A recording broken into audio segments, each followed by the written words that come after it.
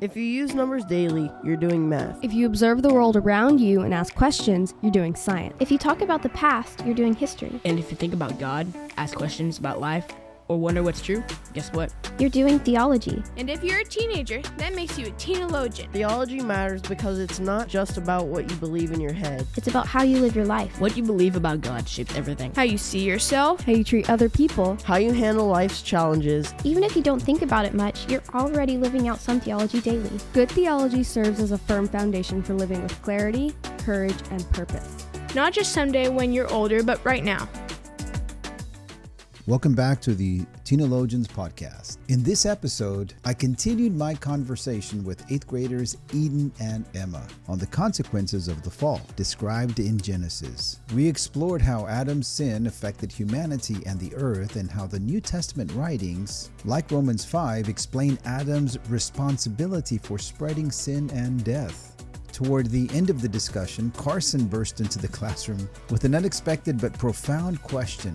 How much does God influence human creativity and invention? His question sparked a spontaneous and engaging exploration of human agency, divine providence, and how humanity, made in God's image, reflect God's creativity, even unknowingly. The episode closes with everyone wrestling with the mystery of how God's will and human agency intertwine, leaving you with thoughtful insights, laughter, and an open invitation for future discussions. The episode closes with everyone wrestling with the mystery of how God's will and human will intertwine. Let's join that conversation. And here's the curse that Adam receives, and now it extends to every descendant of his, which they're still experiencing. And when Noah is born, they think this is the guy who's going to deliver us, or practically lift the curse so that we don't have this earn our bread by the sweat of our face kind of living. So, to Adam he said, so think of Genesis 3 like a courtroom. The first person that receives a sentence is the serpent, and he's humiliated, eating dust. Mm-hmm. And then he says, but your eventual end comes at the hand of a man who will deliver a crushing blow to your head, but not before you strike him on the heel. Okay. And then to the woman, we'll skip over the woman right now because we need to get to Adam, because that's what we're talking about. So here's what God says to Adam. Because you have listened to the voice of your wife, which is not always a bad thing. Okay, sometimes it's a good thing, but in this case it's a bad thing because his wife is telling him to do the exact opposite that God told him to do. Mm-hmm. Do you think that still happens today? Yes. Yes. Yeah. Okay. We're just gonna leave that alone because I honestly thought he was gonna say something. I was like, ooh, you think that? I was like, we're gonna start talking about this. Do you think this involves feminism again? I'm just kidding. All right. Maybe a little bit. It says, because you have listened to the voice of your wife and have eaten of the tree of which I commanded you, you shall not eat of it. Here it is. Cursed is the ground because of you. What does that mean? It means that before the curse, the earth, if I can personify the earth.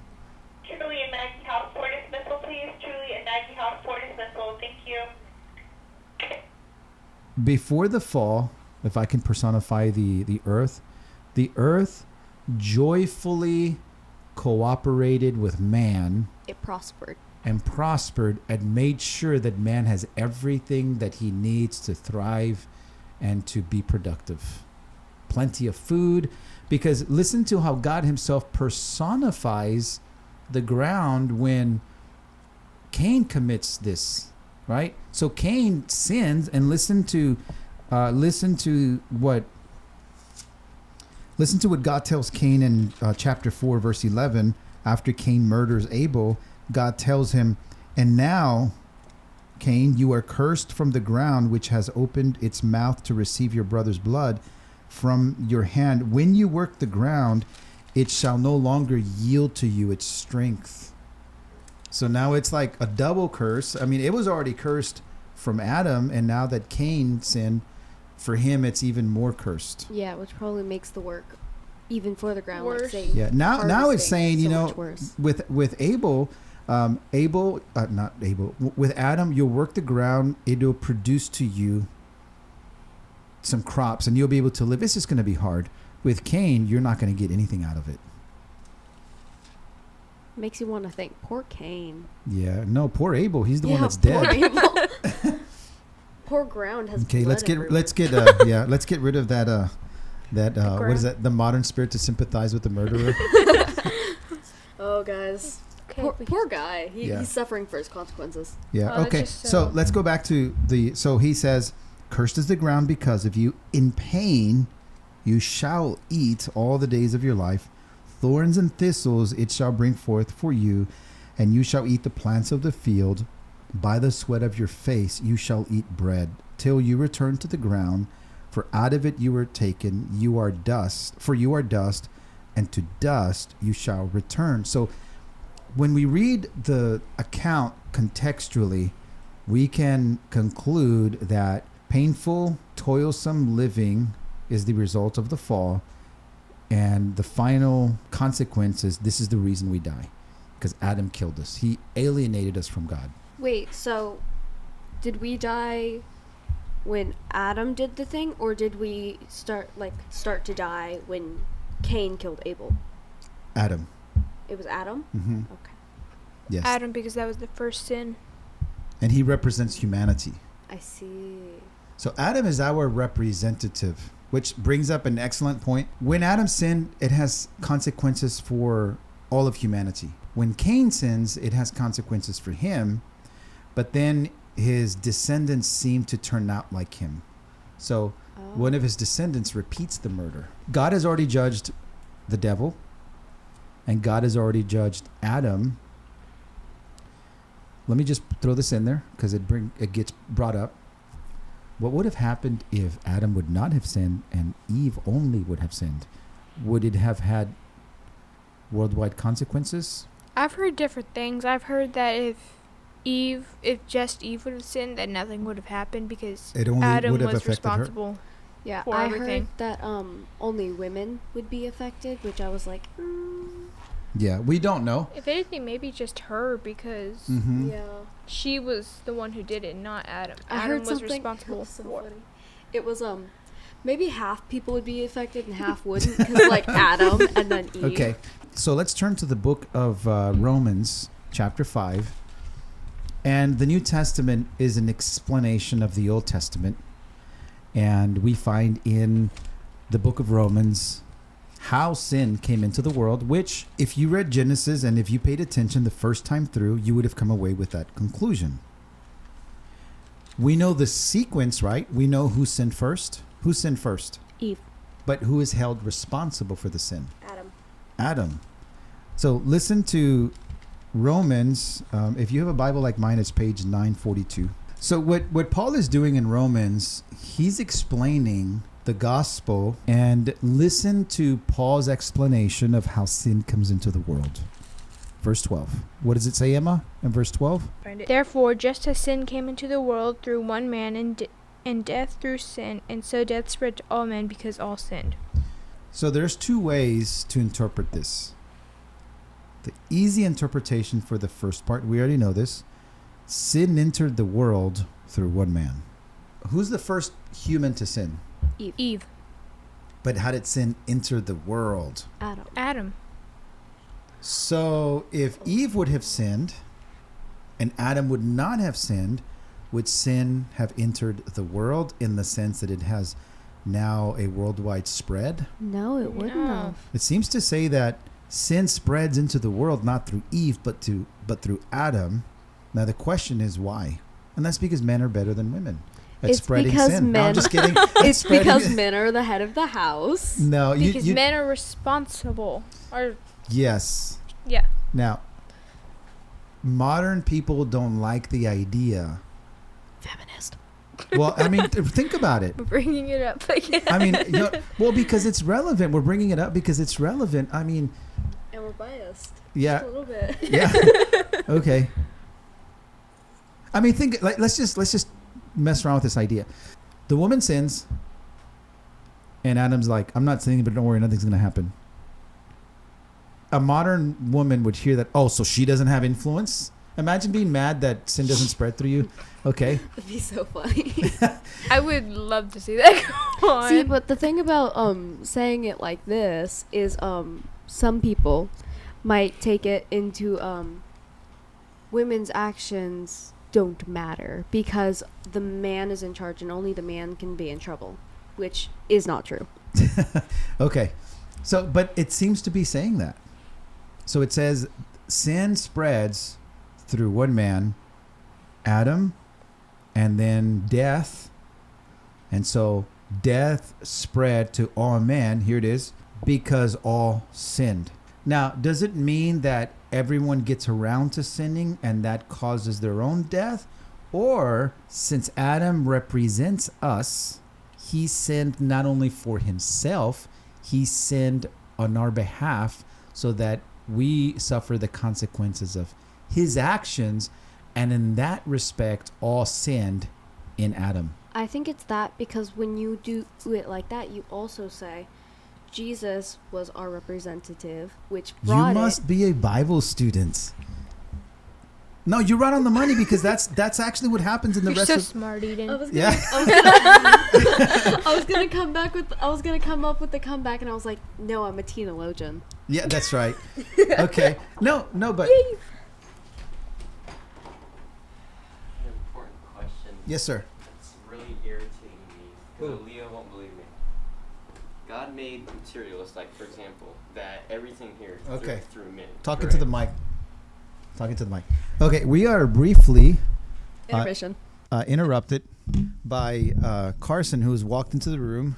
No. Do you mind? This is a great question. I don't know what you're going to ask, but this is the awesome thing about being a Bible teacher. You get students come in your room. I've got a question. Okay. Carson has come in the room, interrupted our podcast, but that's okay. He's a unplanned guest. But go Don't ahead. worry, he can edit it. If No, he just needs speak into it. Other than the earth itself, has God made materials like, for example, cans, schools, buildings through men? What do you mean? Oh, For example, for like this laptop right here. Uh-huh.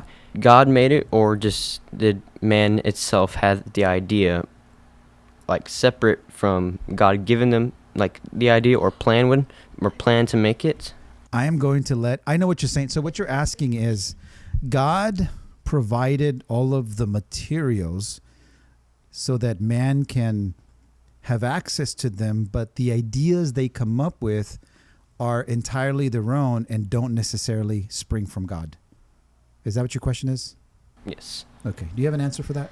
I don't have an answer, but I don't have a That's for a sure great answer, question. because I've never actually gotten around to asking you this, but I have had this question before. I think that God put the idea into people's heads, or That's what I was gonna say. or even if you want to go further than that he used them to make it. Yeah. But I know people who argue God just put men on the planet and just like let them do whatever, and if they make it, they make it, and if they don't, they don't. Okay. Whether they acknowledge it or not, man is made in God's image. Even when he doesn't acknowledge God, when man is creative, he's reflecting the spiritual genetics of his heavenly Father. So the reason that man can invent and create and do all kinds of things, invent a laptop, the reasons that he can do that is because he's made in God's image, and part of being made in God's image is being able to be creative. Yeah. Okay? Men create it because They're God, made in God's image. because they were made. Oh, okay. I should have just said that, Yeah, right? you should have just said that. So what is Aaliyah arguing? Part 5 of coming People- back and Hold on. Go ahead. The mic. People find the materials themselves. They plan out their own ideas, completely separate from God's control, and they make all these things themselves. See, I wouldn't say separate from God's control, because he could definitely control if he wanted to. But that's what she's But- arguing. Okay, let me who invented flight, airplanes?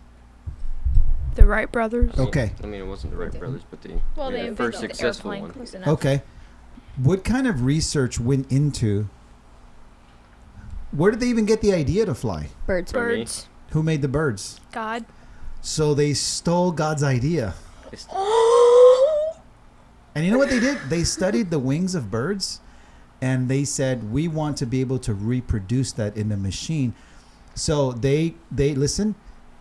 They aligned themselves with the laws of physics and the laws of flight, and they stole God's design and created an airplane. But the idea of flying, it's not theirs. It's in Genesis 1. God made birds to fly. So can you say that they came up with the original idea? No, they stole it from God. Helicopters. Oh, wow. Oh. They got that from dragonflies. A lot of the technology. What? Yes. Oh, so You know how they hover? man. What? I didn't know that. Yeah, the different forms of flight have been borrowed from. It's reverse engineering. Well, I knew that, but like dragonflies? I didn't know they Yes. came from I dragonflies. thought it was birds. No, birds is the airplane. The helicopter is the dragonfly. That was a hummingbird. Well, the hummingbird too. Yeah. So birds can usually just propel forward, but there's some like insects that can stop and they can hover. Birds can't hover? Hummingbirds can. Yeah. Yeah, it's because they go backwards. So man, when he wanted to figure out, well, we want to be able to do that too, then they have to look at the flying creatures that do that. See, I feel like that ties into the jealousy and pride thing. Yeah. Well, I don't know, but that's my answer for now. So Aaliyah's wrong. So No, So- they're so- both wrong and they're both right. so you're No, saying that I agree with. so man is not only only driven by themselves, but they are they. If God stopped operating man for like even a second, then we'd all just. But God What doesn't I'm- operate I'm men like- because we have free will. Well, no, he's talking about something else. Okay. No, So- actually, I think that's what I'm trying to say. Like, are we propelled by God's will? Right? Does God control? What we do? Speaking to the mic, so it, we can. it's almost like a gas engine where if there's fuel, then the engine can run, Mhm. but if there's no fuel, then the engine can't run. Yes. And fuel would be God, and we'd be the engine. Is that Okay, I see what you're saying. So, believe it or not, you're not the first one to debate this. The Jewish religious leaders had the same debate during their time, and their question was, if God rested on the Sabbath, does he continue to rest every Sabbath? And some rabbis would say, of course he rests because God obeys his own law. Other rabbis would say, God cannot stop working because the world would fall apart. I would say no, he doesn't rest again because he maintains it. That's exactly what I'm saying. The first 6 days, it's God's creative work bringing things into existence. Which would be arguably more energy than maintaining. Maintaining is another form of God's work. So God maintains the world. That's actually biblical language. It says that he carries it along. But the mystery, Carson, is what role does man play and what role does God play? And how does God's will and man's will intertwine so that on one hand, God's control is maintained, which the Bible teaches, but God respects the will of men, which the Bible also teaches. And so therein you have this mystery. so we can operate by ourselves without God No. and with God? No. God is somehow involved in the maintenance of the world.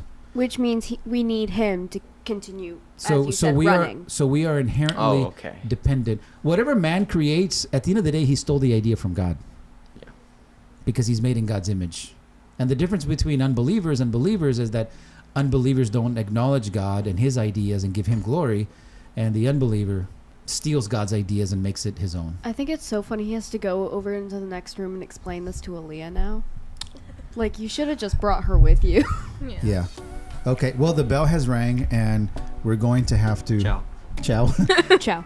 We're going to have to pick it up at another time, but this was a great content. If you bring more questions like that, Carson, you're free to come in and interrupt whenever you want. Okay, thank you. Okay, bye. We need part 2.